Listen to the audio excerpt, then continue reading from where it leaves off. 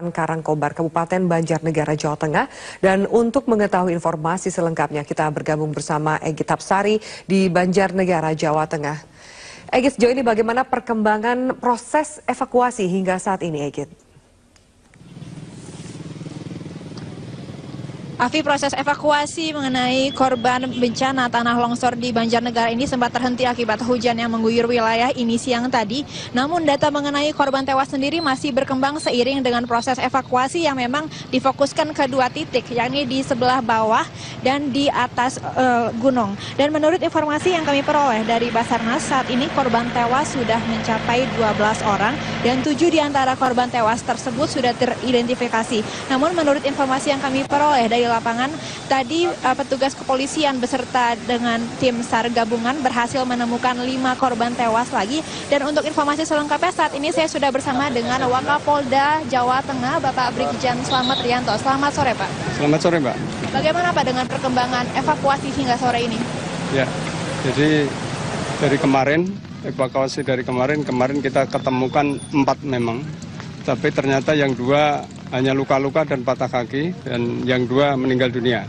Untuk hari ini kita ketemukan 8, 6 di atas dan 2 di bawah.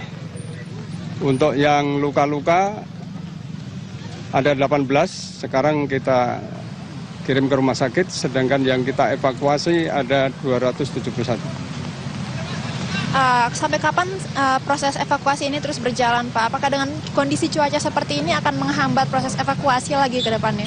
Ya, sudah barang tentu. Jadi kita melihat situasi. Cuaca seperti ini dan daerah ini sangat rawan longsor. Jadi kita untuk sementara kita hentikan sampai nanti betul-betul situasi terang dan kita nilai situasi tempat ini aman untuk kita lakukan evaluasi. Tadi proses evakuasi sendiri terbagi ke 2 titik wilayah ya, Pak. Bisa diceritakan, Pak, bagaimana proses evakuasi di atas dan di bawah sendiri dan apa kendala yang dihadapi? Ya. Untuk daerah yang longsor ini kita bagi 2 lokasi untuk evakuasi, yaitu di bagian atas, kemudian di bagian bawah. Bawah kita dari sungai, kita melihat dari air yang ngalir, kita cari di situ. Kemudian yang di atas ternyata kita ketemukan mobil tadi. Ya, di dalam mobil itu kita ketemukan ada 5 jenazah. Pak, ini di lokasi tempat kita berada sekarang ini lalu lintasnya begitu padat dengan warga yang begitu ramai berbondong-bondong untuk menyaksikan bencana. Bagaimana dengan kondisi seperti ini, kan tentunya membahayakan warga. Ya, sudah barang tentu. Jadi saya menghimbau kepada masyarakat di sini untuk tidak mendekat ke lokasi, karena dari sini ke 100 meter ke lokasi itu kondisinya rawan longsor. Jadi saya himbau kepada masyarakat untuk kembali, tidak mendekat ke lokasi, dan suasana sekarang dalam kondisi hujan. Terima kasih, Pak, atas waktunya.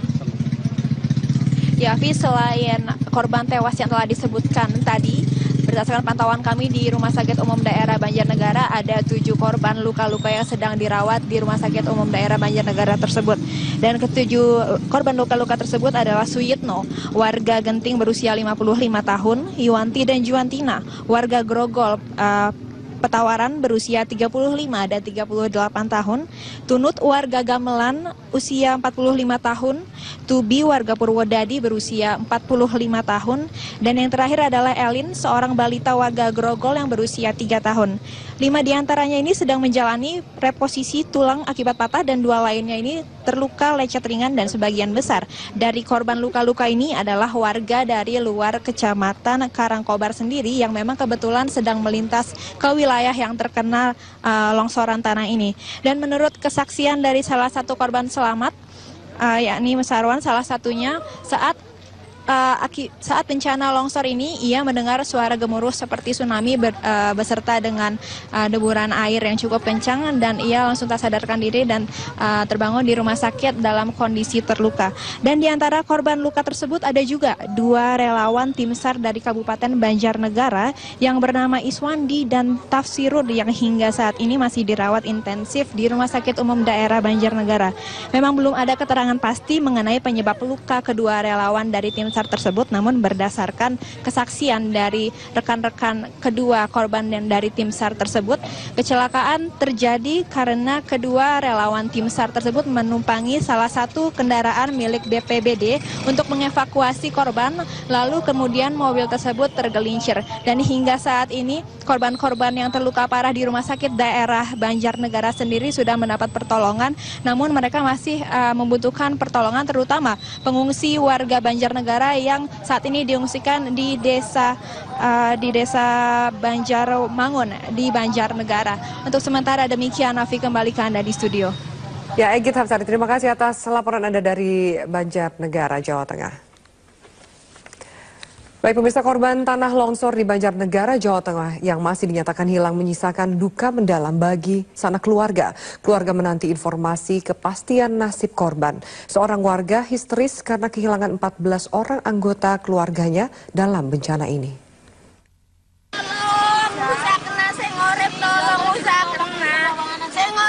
Beginilah kondisi para keluarga korban tanah longsor di Desa Sampang, Kecamatan Karangkobar, Banjarnegara, Jawa Tengah.